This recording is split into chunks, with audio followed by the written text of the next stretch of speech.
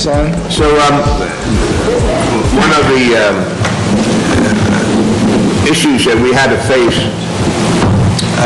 was that we were missing a large segment of our population who worked and didn't have an opportunity to attend board meetings. And so in order to address that, Ross Carnes has played a leading role in creating a new process where we'll hold a town hall meeting once a quarter following a regular board meeting. And so we're very pleased that we've been able to do this. We're pleased that staff sticks around for it. And we'd like to invite Mr. Carnes now to conduct the meeting. Okay, thank you. Is this on? Yes. Before I go right into the open floor, I think it's a good time. Most of you are here for the board meeting, but I think it's important to understand the progress that is being made in the organization. I'm going to run through some of the things we've already talked about, but I think it's important that people understand the projects that have been completed, the projects that we're working on. There are a lot of moving pieces of the plantation, and so I'm just going to real quickly, in progress, we've got a new telephone system, the pro shop stairs and patio. If you haven't been down to the pro shop, there are new stairs going down to the patio, as well as a new little gazebo over there. Somebody asked the question, when are we going to put the grass in? And when the wind stops knocking our trees over, we have time to put grass in, we'll put grass in. But right now, all of our extra help has gone to fixing up cleaning up the golf course. The LiDAR topography is in place. We'll start seeing some benefits from that later on. The Westover diversion, we're working on it. We purchased a number of pieces of equipment. We think about a dump truck for $77,000. That's a lot of money, but we move a lot of dirt out here.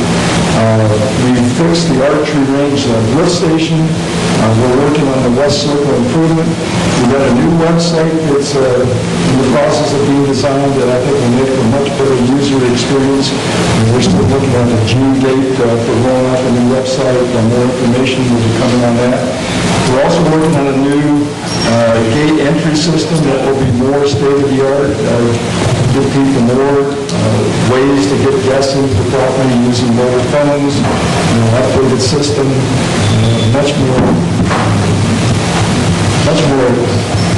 accessible for members to use it. You go to log on to the website and actually log in your guests, and then have to call and wait in line to be answered. So that's coming. We're working on that. We talked a little bit about the 19th hole and golf shop renovation. Those would be major improvements. We haven't talked about deer management. The deer management is completed for the year. We came up way short.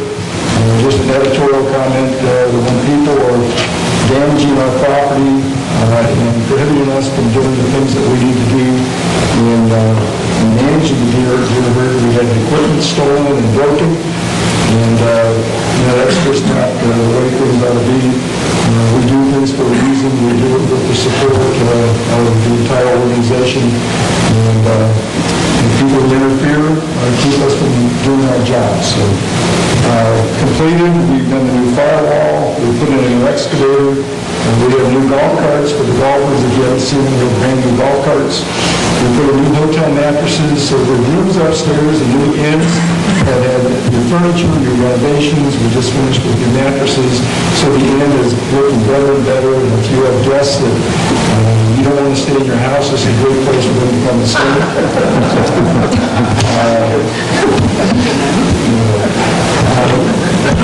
We fixed the leak on the ninth hole. We were losing, and Dave told me, we were losing thousands of gallons of water out of that lake every day. We've been going on for quite some time, and we have gone through some major renovation to get that fixed. Hopefully the leak is stopped. We'll see. We fixed the ninth hole. Now we need to fix the leak in the club pool. We put in a new marina fryer down at the marina, more food choices available to people. We put a new 19-hole air conditioning system that when we do move forward with the golf course and the golf golf shop move and the 19-volt renovation, the HVAC system has already been done. We've got some new cart paths being done. If anybody, some people complained about the gazebo, they didn't like my thought of $85,000 to fix it. So Daniel, I think, went out there, and if you haven't been in the gazebo, it's all cleaned up, and you can go out there and enjoy the view from the gazebo. We're putting a new air hockey table, and my kids will be very happy about that. And we've come up with this new amenity camp process that I discussed earlier, but this will help us to help members and committees understand the steps we have to go through in starting the process for putting in a new amenity or repairing or replacing an existing facility. And with that, I've had a few questions, and I've got a few cards. The first one is Don Crocker. I think you're right. You saw Michael, got the answer? Yes. A question, this person isn't here, but he has a question on the calculations for food loss at the dining room. I'm not sure, he's not here. Do you have any thoughts about how we calculate food loss? John is here. John Thomas here. Was it food cost or food loss? It says food loss.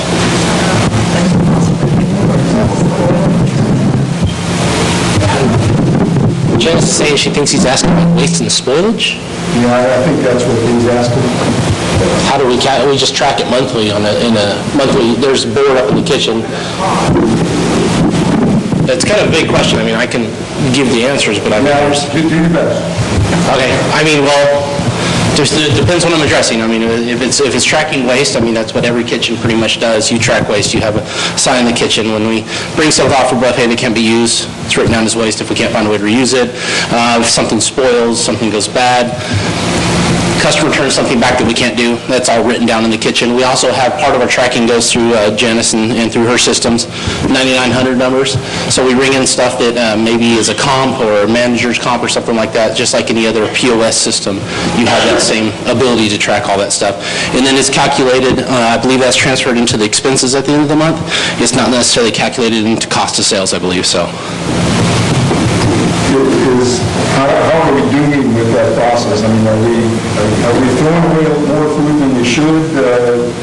In a club, running specials, if you run a special and you run out, that's a problem, but if you don't run out, you have waste, So in a typical country club, especially with buffets, I mean, buffets are you're going to produce waste. We try to find ways to rerun things, rerun specials, hopefully don't put it out there so it's never touched or never seen.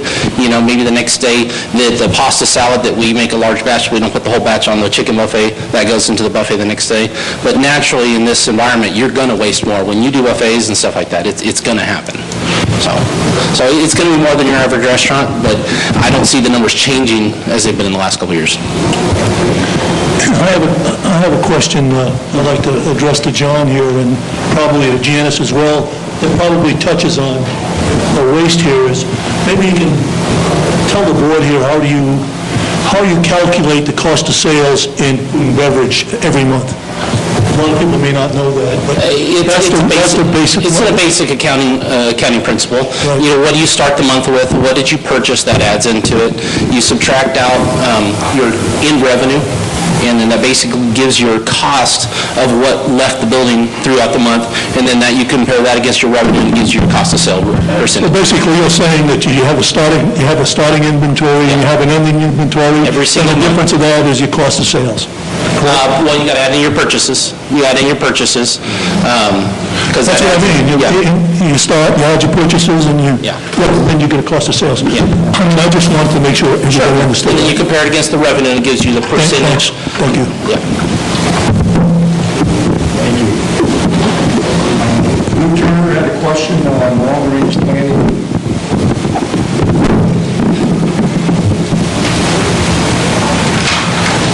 Thanks, John. Let me clarify, Ross. My question is more of a comment than it is a question. I think, and I say this for the benefit of our members who are here tonight, that that they will be prepared. I know the long-range planning sent out a requirement several months ago and asked each committee to take a hard look at their area and submit back to long range so they could put in a planning document that would be given to the board that reflects the activity of all the committees in the total association. Our committee, and some of you, I know, think it's food and beverage, but it also includes house food and beverage, which our probably biggest problem is this building as opposed to the food and beverage operation.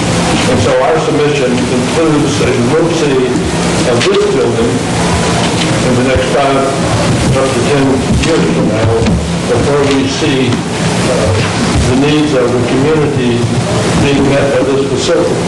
But what I encourage the general membership to do is to take a look at the needs of this community and all of the submissions by all of the committees.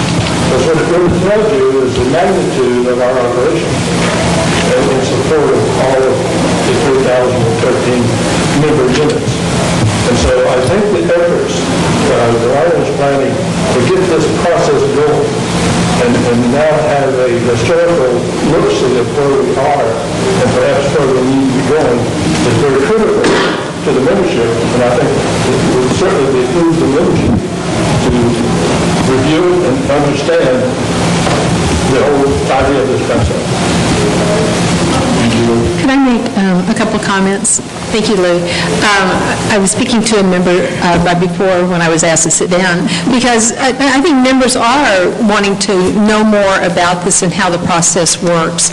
And Mary will be putting this out on our website and updating our policy, and it's policy section 10 of the policy, of our policy manual. And specifically it's 10.4. But I think that, and this is just me talking now, that I think in the past, the association as a whole, whether it be the board, whether it be committees, have been focused more reactive rather than proactive. And I see that model changing and changing pretty quickly. And as a board, I spoke with our new Finance Committee Chair earlier this evening, and myself as the long-range planning. I think those three legs of that stool will be looking at where the association needs to be in 5 years, 10 years, 20 years, because not only is this clubhouse in need of update and repair, all of the other existing structures that we have. I happen to had to be over at the tennis court yesterday to do something there, and I'm not a tennis player, so I don't go there. I was appalled at how dilapidated that facility is. It's embarrassing, really. And, it's the same if you go to the marina. We have a lot of expense ahead of us, and so we need to be proactively thinking how we're going to pay for those things 5 years from now, 10 years from now, 20 years from now. So, my comments. Yeah, if I may add, Dan Christ, chairman of our long-range planning committee, and along with Beverly Franson, our vice chair and soon-to-be chairman, and with one of the members, has developed a spreadsheet, which I think is just an excellent tool, and it basically takes the camp process that we just approved and identifies those projects, and we assign a financial value to it, and then we can put it in this spreadsheet and see how it impacts our capital asset fund. And I think it's a tremendous tool, and I'm really excited about it, and I think it would be a big benefit to the whole association to see what we can do and what we can't do, and how one project from one community might affect other projects from other communities. I think it's a tremendous tool. I'd like to make 2 comments, and I hope I can remember both of them as I speak. The first is that the community continually asks about why we are spending money in one area at the expense of other areas. I hear frequently, we can't even maintain the facilities that we have. Why are we proposing new assets? And so what I'd like us to do more frequently is to publish, probably in the columns, the way in which we spend money from the different funds, and so that when we approve a new drainage project, it comes from a dedicated fund that doesn't drain, forgive the pun, money from other areas. And so we have different pockets of money that we have available to us that are directed toward different classes of projects. So that's the first thing, and I'd like us to kind of continue to educate the community about that process, that we do have different funds that are dedicated to different areas of construction and rehabilitation. The other issue is that we are, in my 3 years on the board, 2 years and counting, one of the things that is apparent is that we have more projects than we have money for. And that condition will only get worse over the years as our costs go up and our revenues do not. We have in place rules that prevent us from a systematic increase in revenue because we have the requirement for a supermajority to change assessments on a monthly basis. We have tried in the past to change that rule. I don't know the answer to that. I know this community is conservative in many ways, but we're slowly reaching a point where we're going to have to impose wage freezes and hiring freezes and reducing the services that we provide simply because we can't afford it. And so I just want to present that as a problem. I don't have the answer to that. I served as a member of the Wellness Subcommittee, and so I know how that process has affected us. The Wellness group has worked for 3 or 4 years on a project that was supported by over 60% of the community. And in any other circumstance, that would have been a landslide victory. And yet, because of the requirement for the supermajority, we were unable to move that project forward. So we have this pressure on us where expenses are continuing to increase, revenues are not, and this $6.5 million enterprise that we live in is going to suffer because it's going to become apparent pretty soon that wherever you turn, our facilities are going to look dated and dilapidated, and it's a problem that we absolutely have got to face. So that's all I want to say.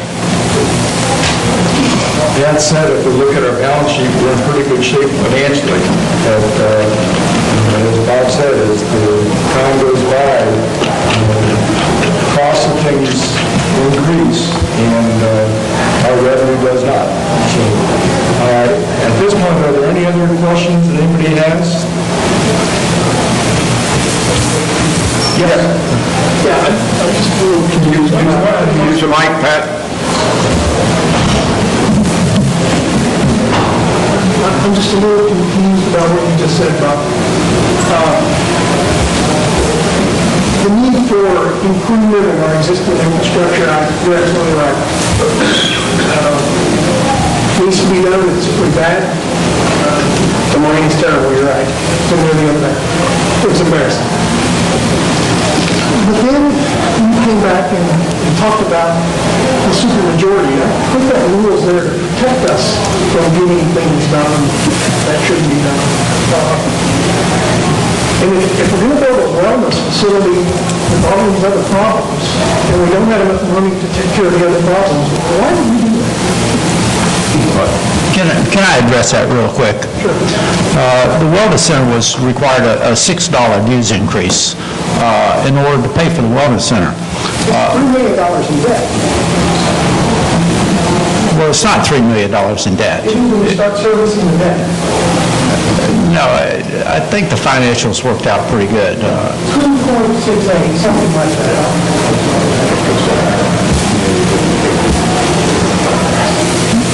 But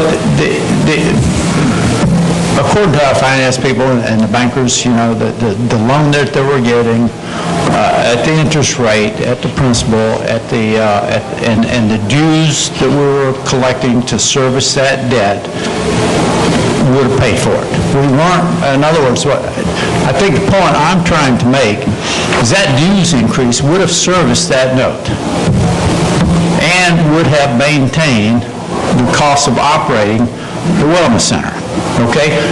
That initiative having been defeated, that does not loosen up any money that we can now redirect. That money all came from dues. So the fact that we don't have that dues increase and we don't have the Wellness Center, we don't have a single penny more to spend. In other words, that $6 was completely separate from my current balance sheet.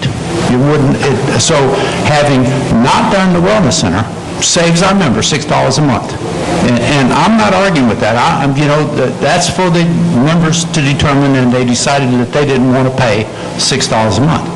But that does not give us any extra capital now to spend on anything else, because that money was completely separate. It didn't have anything to do with our current balance sheet, and that's the point I'm trying to make.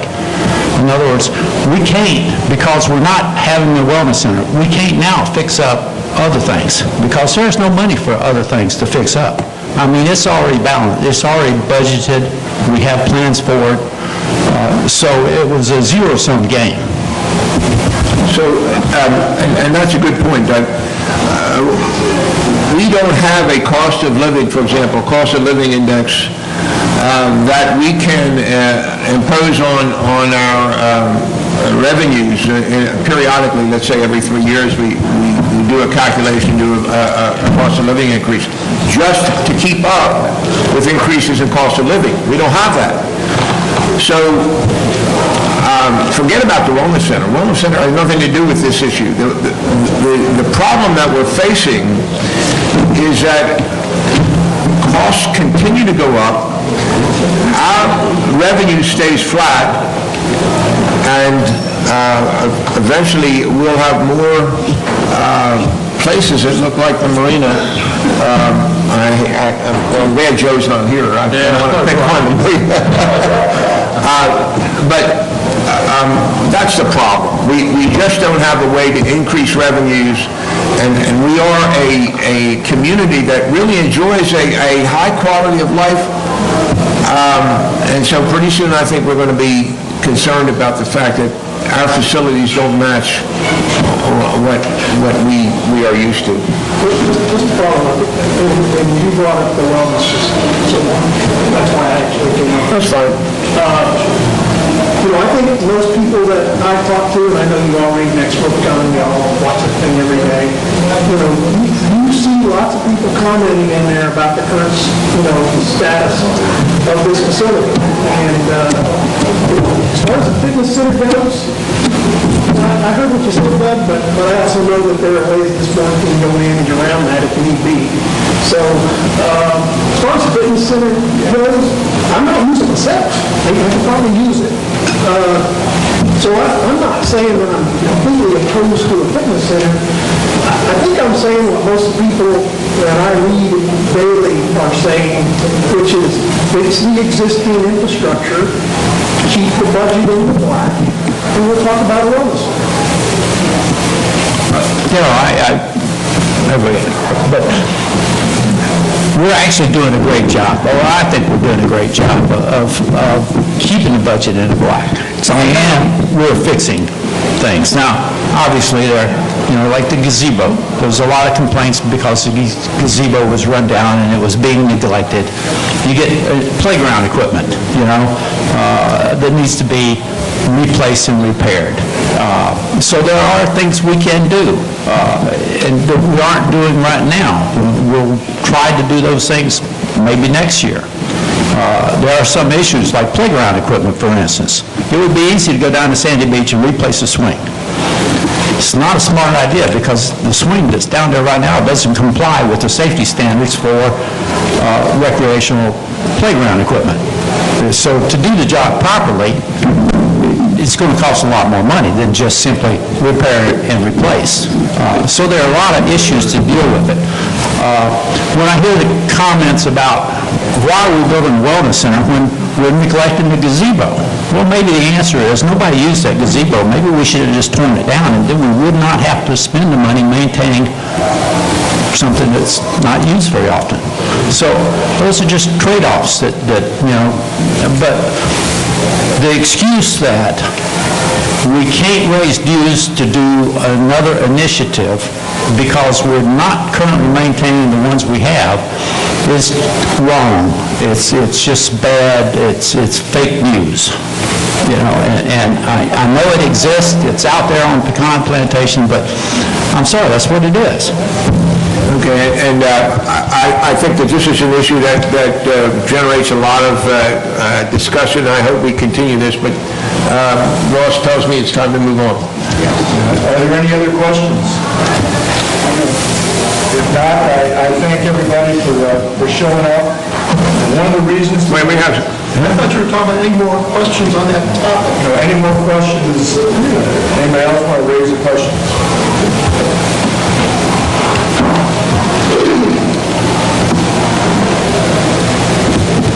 Hello. My name is Mark Pump, P-U-M-P. This is a topic that has nothing to do with raising money. I'm not sure it's a pecan problem for management here, but the cell service in Pecan, both AT&T and Verizon, is really, really bad. We recently lost power, and I'm not sure if you know this, but when we lose power, everybody loses their little microcell or their booster, and basically Pecan was totally without 911 service, which is very critical. AT&T has not helped. They provide their customers with a microcell booster. It's not a booster. It actually uses your broadband to reroute calls. The same thing with Verizon. They call it a booster. It's not. It uses your broadband, but it requires power. If you lose power, your connectivity by cell phone to the outside goes away, and it's a safety issue. And AT&T hasn't helped me. Verizon hasn't helped other people I've talked to. Is it a problem having AT&T or Verizon putting their cell equipment on one of our water towers, or perhaps piggyback their cell equipment on the tower we have at the driving range? I'm not sure what we've discussed, but can we discuss that? Actually, AT&T has leased space behind the Anthony's commercial development, and they just renewed the lease. But at this time, they have not committed any funds to build a cell phone tower. They did come out a couple of years ago, did an extensive study, and determined the location that would service Pecan most efficiently, but they have not released the funds for that project yet. But they do have a spot leased for a cell phone tower, but we can't force AT&T to spend that money. And I would imagine it has to do with return on investment. But what you can do is there's something called Drop Your Call. It's an app you can get on your phone, and every time you hit that, that goes to AT&T. So the more people that complain to AT&T, maybe someday AT&T will listen. Okay, thank you. By the way, that feature where you tap and drop when you drop a call does not work if you don't have service. Mr. Pump, that is one of my primary concerns as well. I live smack dab in the middle of Ravenswood Road, and not only do I not have service when the power goes out. Most of the time, I don't have service, period. I have a microcell booster in my house, but even with that, especially in the evenings for some reason, a lot of times when I try to dial somebody on my cell phone, it says emergency calls only, or just flat no service available. So that's one of the issues that I plan to work on during my tenure on the board. And by the way, customers may not know this, but when they're using their Microsoft, both AT&T and Verizon, even though they're not using AT&T equipment any longer, they are still getting charged for minutes usage over the broadband service that they're paying Charter Spectrum for. You know, the board has spent some time talking about that. It's a frustrating issue for us because we all know it's a problem, and there doesn't seem to be a solution, at least not one in our hands. And I don't know what to do about it. I know that in terms of the safety issue, it's especially problematic down at the campgrounds. And Eric, haven't we done something recently to improve the power down there? And so we've installed a device down there that'll help us, certainly if we have an emergency. But it's a problem. We don't have a solution for it, and I don't know what to do about it. I would add one thing. It's not a solution that you're going to like, but when I first moved out here in December of 2014, I had an AT&T landline. Well, they were charging me $60 a month for that landline.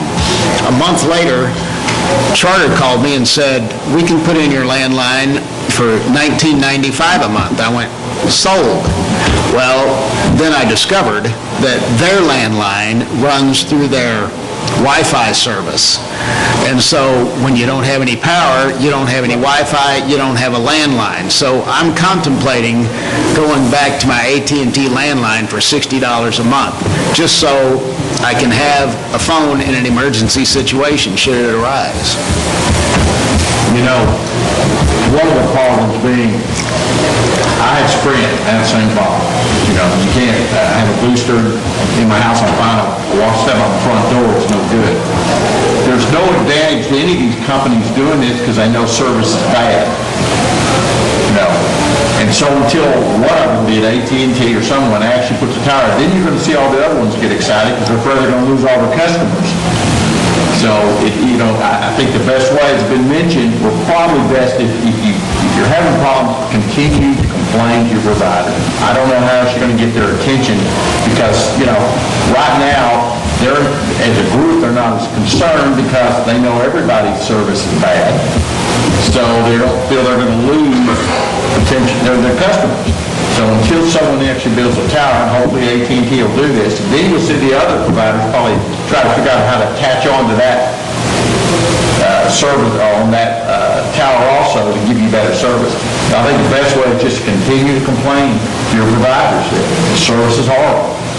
But you think of the number of people that we have out here, you know, that they would take notice. I'm very surprised they haven't done this before now. Any other questions? I would like to thank everybody who showed up this evening. There are about 25 people here. You represent about 7,000 people who live in your plantation. And this was something that people requested, that we have later meetings so that more people could attend. And as you see, this is a pretty, this group shows up at a lot of meetings, and I thank you for your continued interest. Talk to your friends and neighbors, get them to come to these. We're trying to improve communication, trying to surface questions and deal with things that if people don't show up and tell us, it's hard for us to address what the community needs. With that, I thank you. Thank you all.